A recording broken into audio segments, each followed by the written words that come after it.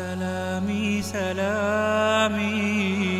لقوم كرام بدوا في الظلام كبدر التمام أتينا لشارقة الخير شوقا لقصد المعالي. أعوذ بالله من الشيطان الرجيم. بسم الله الرحمن الرحيم. يا أيها الذين آمنوا اجتنبوا كثيرا من الظن إن بعض الظن إثم. وقال الله تبارك وتعالى: وإنك لعلى خلق عظيم. صدق الله مولانا العظيم. وقال النبي صلى الله عليه وسلم: إياكم والظن فإن الظن أكذب الحديث، أو كما قال عليه الصلاة والسلام۔ اللہ تبارک و تعالی نے نبی کریم صلی اللہ علیہ وسلم کو اخلاق عظیمہ عطا فرمائے۔ اللہ نے خود ارشاد فرمایا: وَإِنَّكَ لَعَلَىٰ خُلُقٍ عَظِيمٍ۔ اے نبی صلی اللہ علیہ وسلم، آپ اخلاق عظیمہ پر فائز ہیں، آپ کو اخلاق عظیمہ عطا کیے گئے۔ اخلاق عظیمہ کس کو کہتے ہیں؟ عام طور پر یہ سمجھا جاتا ہے کہ مسکرا کر بات کرنے کا نام اخلاق ہے، یا نرمی کے ساتھ بات کرنے کا نام اخلاق ہے، لیکن یہ تو اخلاق کا ایک حصہ ہے۔ اخلاق ایک وسیع مفہوم رکھتا ہے اور اس کا ایک وسیع دائرہ ہے۔ اخلاق عظیمہ کس کو کہتے ہیں؟ قرآن مجید میں اللہ تبارک و تعالی نے فرمایا: والکاظمین الغیظ والعافین عن الناس واللہ یحب المحسنین۔ اس آیت میں اللہ تعالی نے اخلاق بیان فرمائے۔ والکاظمین الغیظ، جو اپنے غصے کو پی جانے والے ہیں، والعافین عن الناس، اور لوگوں کو معاف کرنے والے ہیں، واللہ یحب المحسنین، اور اللہ نیکی کرنے والوں کو پسند کرتا ہے۔ نہ صرف یہ کہ وہ دوسروں کو معاف کریں، بلکہ معاف کرنے کے بعد ان کے ساتھ اچھا سلوک بھی کریں۔ یہ اخلاق عظیمہ ہیں۔ نبی کریم صلی اللہ علیہ وسلم نے ایک حدیث میں اخلاق عظیمہ کی تعریف بیان فرمائی: صل من قطعک واعف عمن ظلمک واحسن الی من اساء الیک۔ اخلاق اس کو کہتے ہیں، فرمایا کہ جو تجھ سے تعلق توڑے اس کے ساتھ تعلق جوڑو، اور جو تجھ پہ ظلم کرے اس کو معاف کرو، اور جو تیرے ساتھ برائی کا معاملہ کرے اس کے ساتھ تو اچھائی سے پیش آؤ۔ یہ اخلاق عظیمہ ہیں۔ قرآن مجید کی اس آیت میں غور کیا جائے اور اس حدیث میں غور کیا جائے تو اس سے معلوم ہوتا ہے کہ اخلاق عظیمہ یہ ایک ایسا لفظ ہے جو سارے کے سارے حقوق العباد کو شامل ہے۔ اس میں سارے حقوق العباد آ جاتے ہیں۔ اس لیے نبی کریم صلی اللہ علیہ وسلم کی ذات اقدس ہمارے لیے اور قیامت تک آنے والے انسانوں کے لیے نمونہ ہے۔ آپ کے اخلاق ہمارے لیے نمونہ ہیں۔ اس لیے زندگی کے ہر موڑ پہ، ہر واقعہ میں ہم نے اس بات کو دیکھنا ہے کہ نبی کریم صلی اللہ علیہ وسلم کی تعلیمات کیا ہیں، نبی کریم صلی اللہ علیہ وسلم نے ہمیں کیا تعلیم دی، اس کے مطابق ہم عمل کریں۔ یہ نبی کریم صلی اللہ علیہ وسلم کے اخلاق عظیمہ، ان کو اپنانا ہوگا، ان پہ عمل کرنا ہوگا۔ اسی سلسلے میں نبی کریم صلی اللہ علیہ وسلم کے اخلاق عظیمہ کا ایک حصہ یہ ہے کہ دوسرے مسلمانوں کے ساتھ بدگمانی والا معاملہ نہ کیا جائے اور بہتان تراشی سے اجتناب کیا جائے۔ یہ نبی کریم صلی اللہ علیہ وسلم کے اخلاق ہیں۔ چنانچہ اللہ تبارک و تعالی نے فرمایا: یا ایھا الذین آمنوا اجتنبوا کثیرا من الظن ان بعض الظن اثم۔ اے ایمان والو، بہت سے گمانوں سے بچو، اس لیے کہ بعض گمان ایسے ہیں جو گناہ ہیں۔ وہ کون سے گمان ہیں؟ جب کسی دلیل سے کوئی بات ثابت نہ ہو، ثبوت اس کے اوپر نہ ہو، بغیر کسی دلیل کے، بغیر کسی ثبوت کے کسی عیب یا کسی گناہ کی نسبت دوسرے مسلمان کے طرف کرنا، یہ بدگمانی ہے اور یہ کبیرہ گناہ ہے اور اللہ نے اس کو حرام ٹھہرایا ہے۔ آج بہت سارے گناہوں کو لوگ گناہ سمجھتے ہیں، شراب پینے کو گناہ سمجھتے ہیں، چوری کرنے کو گناہ سمجھتے ہیں، قتل کرنے کو گناہ سمجھتے ہیں، لیکن مسلمانوں پر بدگمانی کو گناہ نہیں سمجھتے، بدگمانی کا ارتکاب کر رہے ہوتے ہیں اور اس کو گناہ نہیں سمجھتے، حالانکہ اللہ تعالیٰ نے جب قرآن مجید میں اس سے منع فرمایا تو اس سے معلوم ہوا کہ یہ حرام ہے، بدگمانی حرام ہے۔ اور نبی کریم صلی اللہ علیہ وسلم نے فرمایا ایاکم والظن فإن الظن اکذب الحدیث، بدگمانی سے بچو، اس لیے کہ بدگمانی سب سے زیادہ جھوٹی بات ہے، یہ جھوٹ کا بھی اعلیٰ درجہ ہے، اونچا درجہ ہے۔ آج اسی بدگمانی کی وجہ سے اور اسی بہتان تراشی کی وجہ سے آپس میں لڑائیاں ہوتی ہیں اور حق تلفی ہوتی ہے، بندوں کے حقوق ضائع ہوتے ہیں، گھر کے اندر میاں بیوی کے درمیان آپس میں ایک دوسرے پر بدگمانی ہے، پڑوسیوں پر بدگمانی ہے، تجارت میں جو شریک ہیں ان کے اوپر بدگمانی ہے، اسی طرح مالک ملازموں پر بدگمانی کرتا ہے، ملازم مالک پہ بدگمانی کرتا ہے، رعایا حکمرانوں پر بدگمانی کرتے ہیں، حکمران رعیت پر بدگمانی کرتے ہیں، اپنے سیاسی مخالفین پر بدگمانی اور بہتان تراشی عام ہے، اور اپنے مسلک کی مخالفین پر بہتان تراشی اور بدگمانی عام ہے۔ اسی بدگمانی کے نتیجے میں آپس میں لڑائیاں پیدا ہوتی ہیں اور جھگڑے پیدا ہوتے ہیں، اس بدگمانی کا اثر دور دور تک پہنچتا ہے۔ اگر نبی کریم صلی اللہ علیہ وسلم کی تعلیمات کے مطابق اور اللہ تعالیٰ کے ارشادات کے مطابق بدگمانی سے ہم اپنے آپ کو بچائیں، بہتان تراشی سے اپنے آپ کو بچائیں، سارے مسلمان اس بات کا عہد کر لیں کہ آئندہ ہم کسی پر بدگمانی نہیں کریں گے، کسی پر بہتان نہیں لگائیں گے، سارے جھگڑے مٹ جائیں گے۔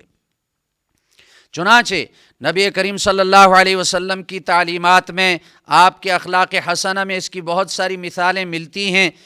کہ نبی کریم صلی اللہ علیہ وسلم نے اسی کی تعلیم دی کہ کسی پر بدگمانی مت کرو۔ ایک مثال اس کی بخاری شریف کی حدیث ہے کہ نبی کریم صلی اللہ علیہ وسلم نے جب فتح مکہ کا ارادہ فرمایا اور اس کے لیے لشکر کی تیاری فرما رہے تھے،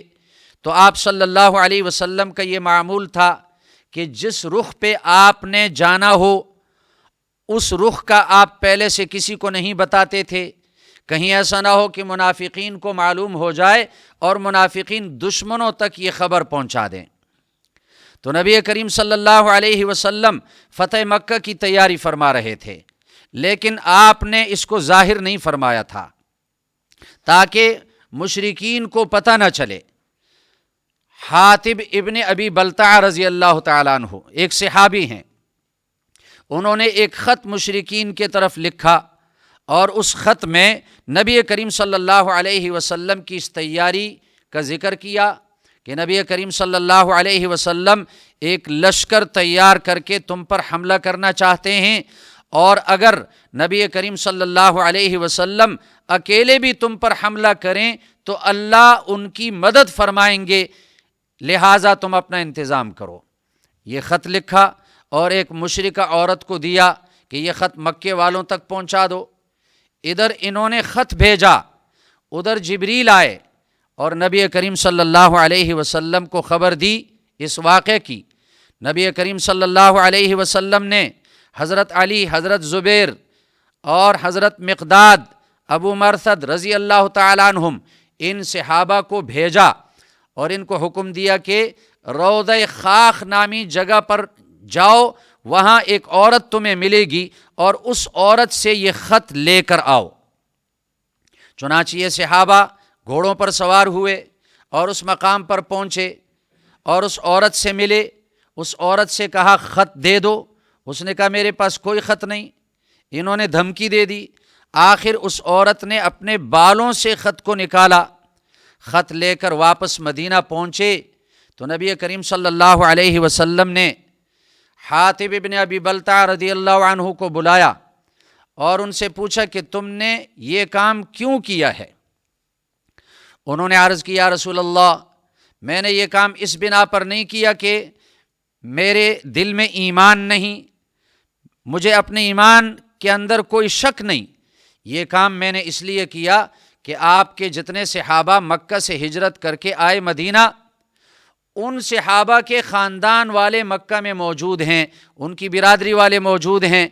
تو جس کی وجہ سے وہ ان کے اہل و عیال اور ان کے مال کی حفاظت کرتے ہیں، لیکن میں مکہ میں اجنبی تھا، میری وہاں کوئی برادری نہیں تھی، میرا وہاں کوئی خاندان نہیں تھا، تو اس لیے میرے اہل و عیال اور میرے مال مکہ میں غیر محفوظ ہیں، میں نے یہ ارادہ کیا کہ مشرکین پر ایک احسان کروں اور اس احسان کے بدلے میں وہ میرے اہل و عیال اور مال کی حفاظت کریں، اس مقصد کے لیے میں نے یہ خط ان کے طرف بھیجا، مجھے اپنے ایمان کے اندر کوئی شک نہیں، ایمان میرا کامل ہے۔ نبی کریم صلی اللہ علیہ وسلم نے فرمایا صدقہ، اس نے سچ کہا۔ حضرت عمر رضی اللہ عنہ آئے اور عرض کیا رسول اللہ مجھے آپ اجازت دیں کہ میں اس کی گردن اڑا دوں، اس نے اللہ اور اس کے رسول اور مسلمانوں کے ساتھ خیانت کی، راز کی بات مشرکین تک پہنچائی۔ نبی کریم صلی اللہ علیہ وسلم نے فرمایا ایسا مت کرو، اس نے سچ کہا، اور تمہیں نہیں معلوم کہ یہ بدری ہے، بدر میں شریک ہونے والا صحابی ہے، اور ہو سکتا ہے کہ اللہ نے اہل بدر کو مخاطب کر کے ان سے فرما دیا ہو کہ میں نے تمہیں معاف کر دیا، تم جو چاہو کرو۔ اب اس حدیث سے ایک تو ہمیں یہ بات معلوم ہوئی کہ حاطب ابن ابی بلتع رضی اللہ عنہ بڑے اونچے صحابی ہیں، بڑی شان والے صحابی ہیں، ان کا مرتبہ اور مقام بھی معلوم ہوا۔ دوسری یہ بات بھی ہمیں معلوم ہو گئی کہ کسی پر بدگمانی نہیں کرنی چاہیے۔ حضرت عمر رضی اللہ عنہ نے جو یہ فرما دیا کہ یا رسول اللہ مجھے آپ اجازت دیں میں اس کی گردن اڑا دوں، اس نے اللہ اور اس کے رسول اور مسلمانوں کے ساتھ خیانت کی اور راز کی بات پہنچانے کا اس نے ارادہ کیا، یہ ایک قسم کی بدگمانی تھی، لیکن نبی کریم صلی اللہ علیہ وسلم نے اس سے منع فرمایا اور اس صحابی کی اندر والی بات جو تھی اس کی تصدیق فرما دی کہ اس نے ایک عذر کی وجہ سے ایسا کام کیا، اس کے ایمان میں کوئی شک نہیں۔ اس سے ہمیں یہ سبق ملتا ہے کہ کسی پر بدگمانی نہیں کرنی چاہیے۔ اگر کسی شخص سے کوئی کام سرزد ہو اور اس میں دو جہتیں ہوں، ایک اچھی جہت ہو دوسری بری جہت ہو، ایک رخ اس کا اچھا ہو دوسرا رخ اس کا برا ہو، تو ہمیں چاہیے کہ اس کا جو اچھا رخ ہے اس کو سامنے رکھیں، اسی کے مطابق اس کے ساتھ معاملہ کریں، اور جو اس کا برا رخ ہے اس کو سامنے نہ رکھیں۔ دوسری مثال ایک حدیث میں آتا ہے، حضرت عائشہ رضی اللہ تعالی عنہا نے نبی کریم صلی اللہ علیہ وسلم سے عرض کیا یا رسول اللہ بعض لوگ دیہات میں رہتے ہیں، وہ نو مسلم ہیں، ابھی نئے نئے اسلام میں داخل ہوئے، اور وہ جانور ذبح کر کے اس کا گوشت ہمارے پاس لے کر آتے ہیں، اور ہمیں نہیں معلوم کہ انہوں نے ان جانوروں پر ذبح کرتے وقت بسم اللہ پڑھی ہے یا نہیں پڑھی، تو اس گوشت کا کیا حکم ہے؟ کیا ہم وہ گوشت کھا سکتے ہیں یا نہیں؟ نبی کریم صلی اللہ علیہ وسلم نے فرمایا کہ ہاں، تم جب وہ گوشت کھاؤ گے تو کھاتے وقت بسم اللہ پڑھو، بسم اللہ پڑھ کر کھا لو، ان پر بدگمانی نہ کرو۔ جب انہوں نے کلمہ پڑھا، وہ مسلمان ہو چکے اور وہ جانور ذبح کرتے ہیں، ان کے متعلق یہی گمان رکھو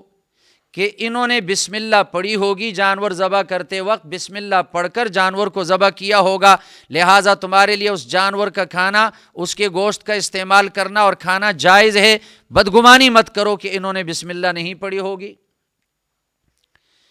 تیسری مثال، کسی پر بدگمانی نہیں کرنی چاہیے۔ نبی کریم صلی اللہ علیہ وسلم کی تعلیمات کیا ہیں؟ بخاری شریف میں حدیث ہے، عتبان ابن مالک رضی اللہ تعالیٰ عنہ فرماتے ہیں کہ میں نے نبی کریم صلی اللہ علیہ وسلم سے عرض کی، یا رسول اللہ،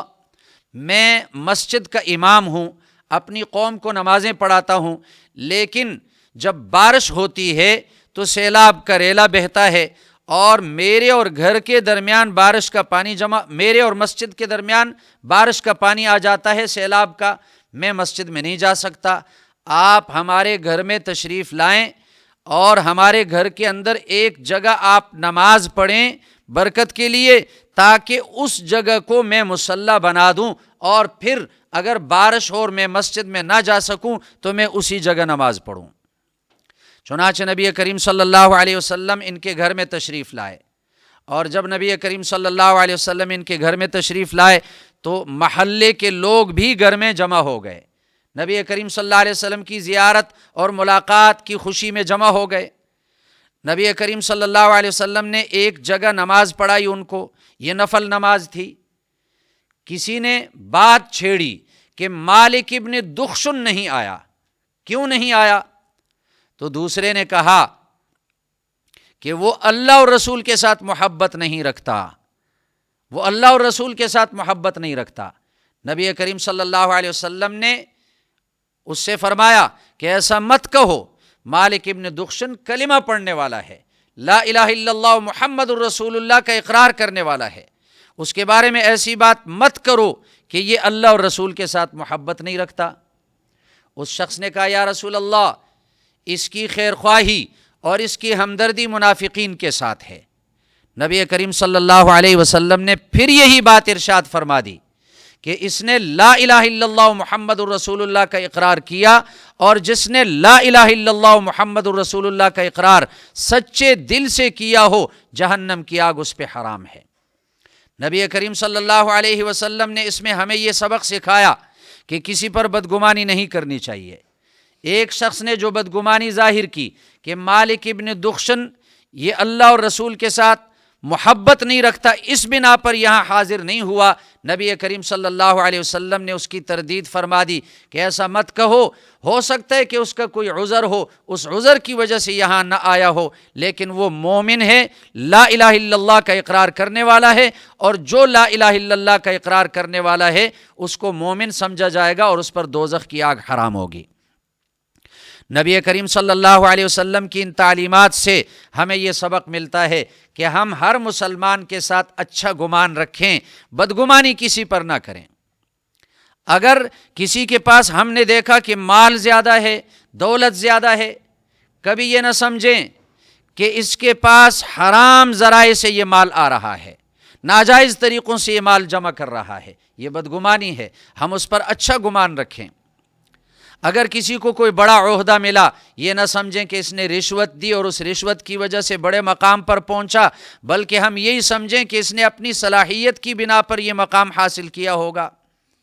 اسی طرح ہمارے جو مخالفین ہیں، سیاست کے اعتبار سے مخالفین ہیں، مسلک کے اعتبار سے ہمارے مخالفین ہیں، کسی مخالف فرقے سے تعلق رکھتے ہیں، تو نبی کریم صلی اللہ علیہ وسلم کی تعلیمات سے ہمیں یہ سبق حاصل ہوتا ہے کہ ان پر بدگمانی ہم نہ کریں۔ حجاج ابن یوسف ایک مشہور شخص ہے اور بڑا ظالم گزرا ہے، اور اس نے ہزاروں انسان قتل کیے۔ ایک مرتبہ عبداللہ ابن عمر رضی اللہ تعالیٰ عنہما کے سامنے کسی شخص نے حجاج ابن یوسف پہ کچھ الزام لگایا۔ عبداللہ ابن عمر رضی اللہ عنہما نے اس شخص کو ڈانٹا اور اس سے کہا، تم نے یہ الزام بغیر تحقیق کے کیوں لگایا؟ تمہارے پاس کوئی ثبوت نہیں ہے، تمہارے پاس کوئی دلیل نہیں ہے اس پر، بغیر دلیل اور بغیر ثبوت کے تم نے یہ الزام جو لگایا، یہ درست نہیں۔ یہ بات ٹھیک ہے کہ حجاج ابن یوسف نے ہزاروں انسان قتل کیے، تو ہزاروں انسانوں کا خون اس کی گردن پہ پڑا ہوا ہے، قیامت کے دن جب حساب ہوگا تو اللہ تعالی حجاج ابن یوسف سے ان ہزاروں انسانوں کے لیے حساب لے گا جن کا خون حجاج ابن یوسف کی گردن پہ پڑا ہوا ہے۔ لیکن اس کے ساتھ ساتھ تم نے جو بغیر ثبوت اور بغیر دلیل کے حجاج ابن یوسف پر الزام لگایا، تم سے بھی حساب ہوگا اور تم سے پوچھا جائے گا کہ بغیر ثبوت کے یہ الزام کیوں لگایا۔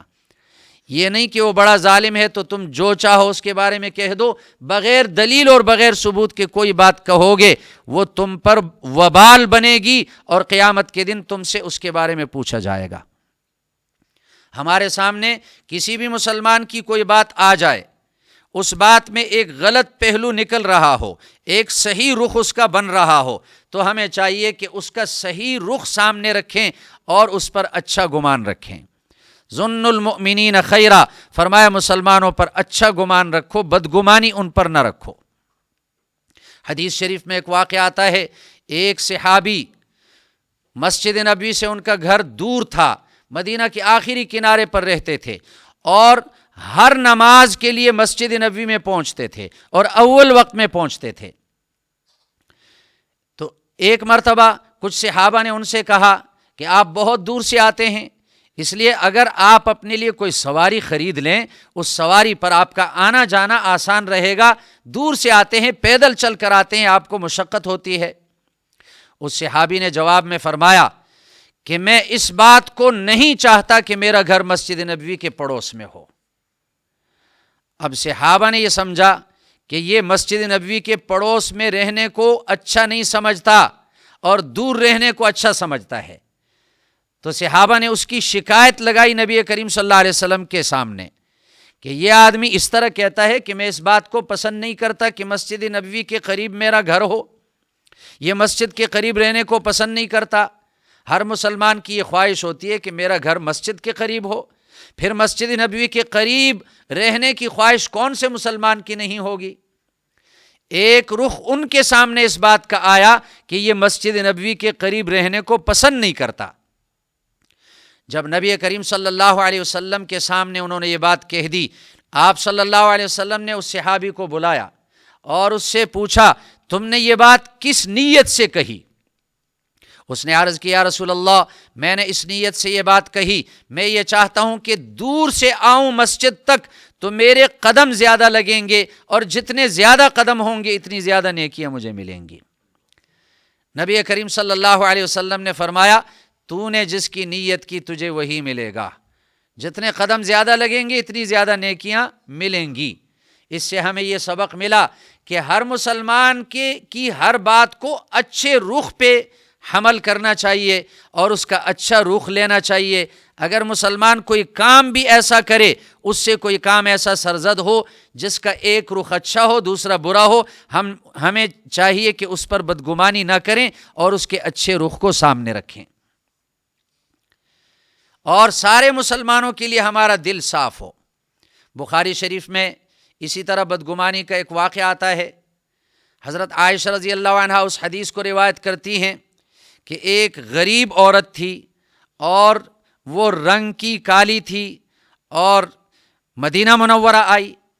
مسجد نبوی کے قریب ہی اس کا ایک جھونپڑا تھا، اسی میں رہتی تھی، اور وہ جب بھی کوئی بات کرنے لگتی تو یہ شعر پڑھتی تھی، وَيَوْمَ الْوِشَاحِ مِن تَعَاجِيبِ رَبِّنَا أَلَا إِنَّهَا مِن بَلْدَةِ الْكُفْرِ نَجَّانِي۔ یہ عربی کا شعر ہے جس کا معنی یہ ہے کہ وہ ہار والا دن تو عجیب دن تھا، لیکن اسی دن نے مجھے کفر سے نجات دلائی اور اسی دن کی وجہ سے مجھے اسلام کی دولت نصیب ہوئی۔ حضرت عائشہ رضی اللہ عنہا نے اس سے پوچھا کہ تم یہ شعر پڑھتی ہو، اس کا کیا مطلب ہے؟ اس کا قصہ تو سناؤ۔ اس عورت نے اپنا قصہ سنایا اور یہ کہا کہ میں فلاں قوم میں رہتی تھی، غریب عورت تھی، اس قوم میں کسی مالدار گھرانے کی ایک بچی تھی اور اس بچی کے گلے میں ایک ہار تھا اور وہ ہار چمڑے کا بنا ہوا تھا۔ وہ ہار اس نے اپنے گلے سے اتارا، چیل آئی اور اس نے سمجھا کہ یہ کھانے کی کوئی چیز ہے، اس ہار کو لے کر اڑ گئی، ہار گم ہو گیا۔ اب لوگ آئے اور لوگ کہنے لگے اس بچی سے ہار کس نے لیا؟ کسی اور پر تو ان کا ہاتھ نہیں پڑا، میں غریب عورت تھی اور مجھ پر الزام لگا دیا۔ کہنے لگے کہ اس نے یہ چوری کی ہے۔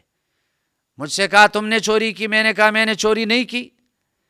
لیکن انہوں نے مجھ پر ہی الزام لگایا، یہاں تک کہ میری تلاشی لینے لگے، میرے کپڑے اتار دیے تلاشی لینے کے لیے۔ جب وہ میری تلاشی لے رہے تھے اتنے میں چیل اس ہار کو لے کر آئی اور وہاں گرا دیا۔ جب انہوں نے دیکھا کہ ہار تو اس کے پاس نہیں ملا، ہار تو پرندے نے اٹھایا اور پھر گرا دیا، یہ بدگمانی انہوں نے کی۔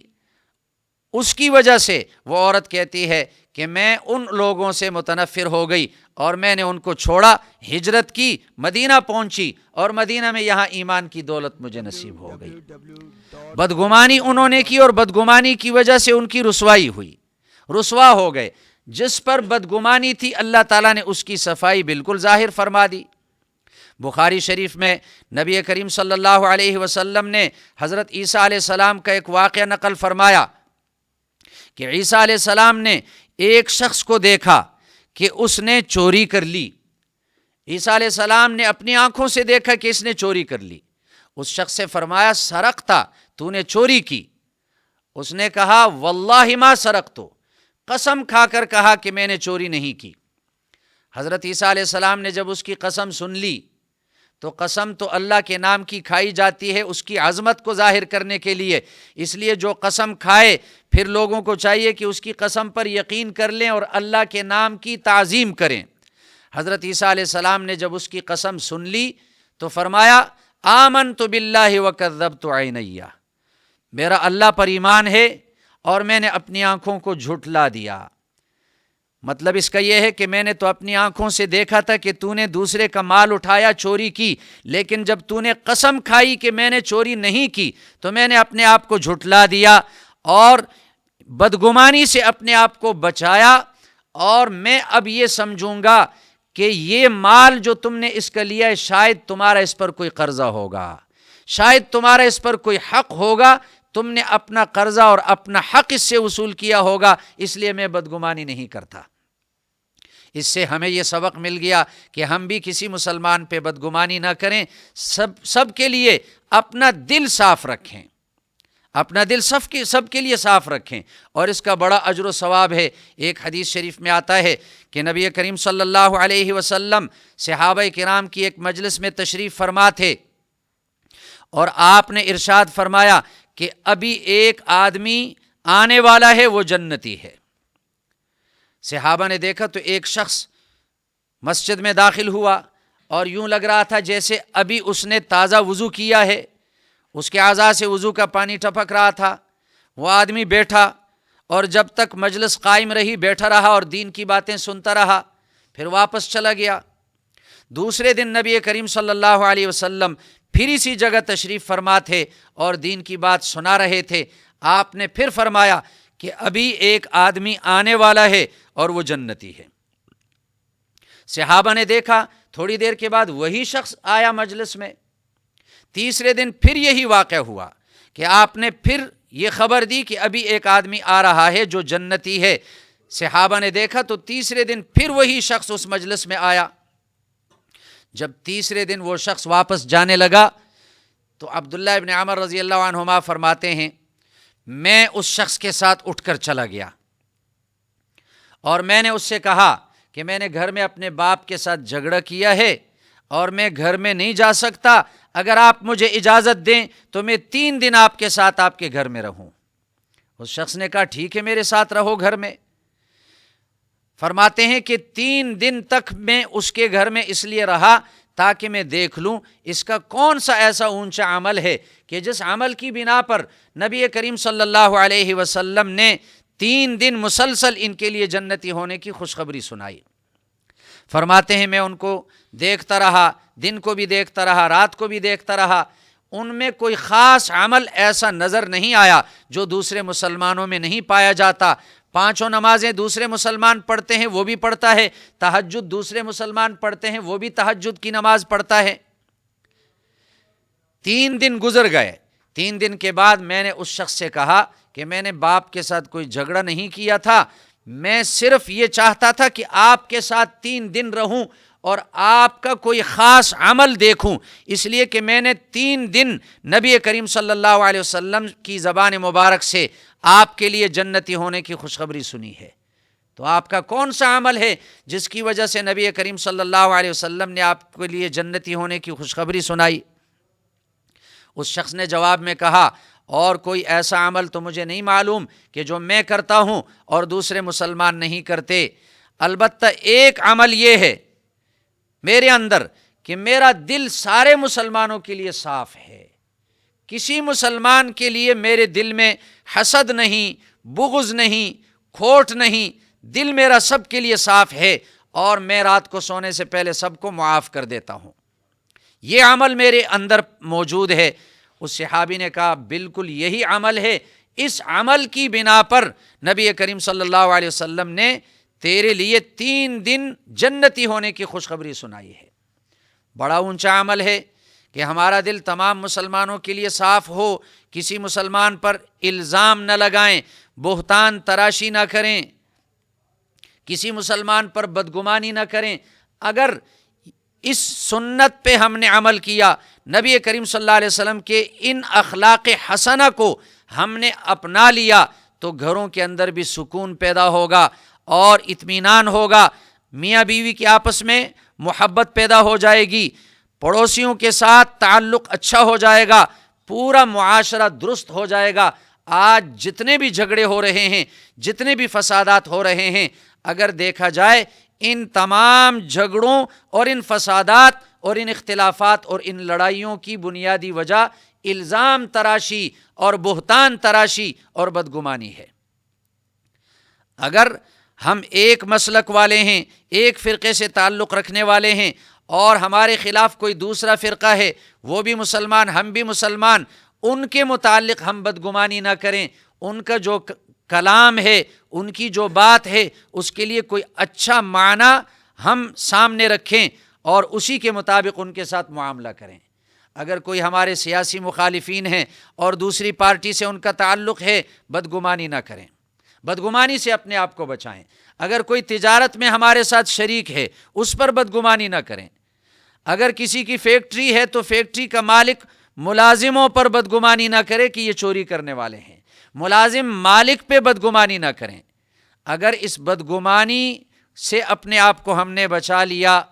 اور اچھا گمان کرنے لگے، جیسا نبی کریم صلی اللہ علیہ وسلم کا حکم ہے، ظن المؤمنین خیرا، مسلمانوں کے ساتھ اچھا گمان رکھو، تو بہت سارے جھگڑے ختم ہو جائیں گے، بہت سارے فتنے ختم ہو جائیں گے۔ یہ ربیع الاول کا مہینہ ہے، نبی کریم صلی اللہ علیہ وسلم کی ولادت باسعادت کا مہینہ ہے، اور اس مہینے میں ہم اس بات کا ارادہ کر لیں کہ نبی کریم صلی اللہ علیہ وسلم کے اخلاق کو اپنائیں گے، نبی کریم صلی اللہ علیہ وسلم والی زندگی کو اپنائیں گے، نبی کریم صلی اللہ علیہ وسلم والی زندگی کو اپنے لیے نمونہ بنائیں گے، اسی کے مطابق اپنی زندگی گزاریں گے۔ انشاءاللہ اسی میں ہماری کامیابی ہے۔ اللہ تبارک و تعالی ہم سب کو عمل کرنے کی توفیق عطا فرمائے۔ سبحانک اللہم و بحمدک، نشہد ان لا الہ الا انت، نستغفرک و نتوب۔ www.darsulquran.com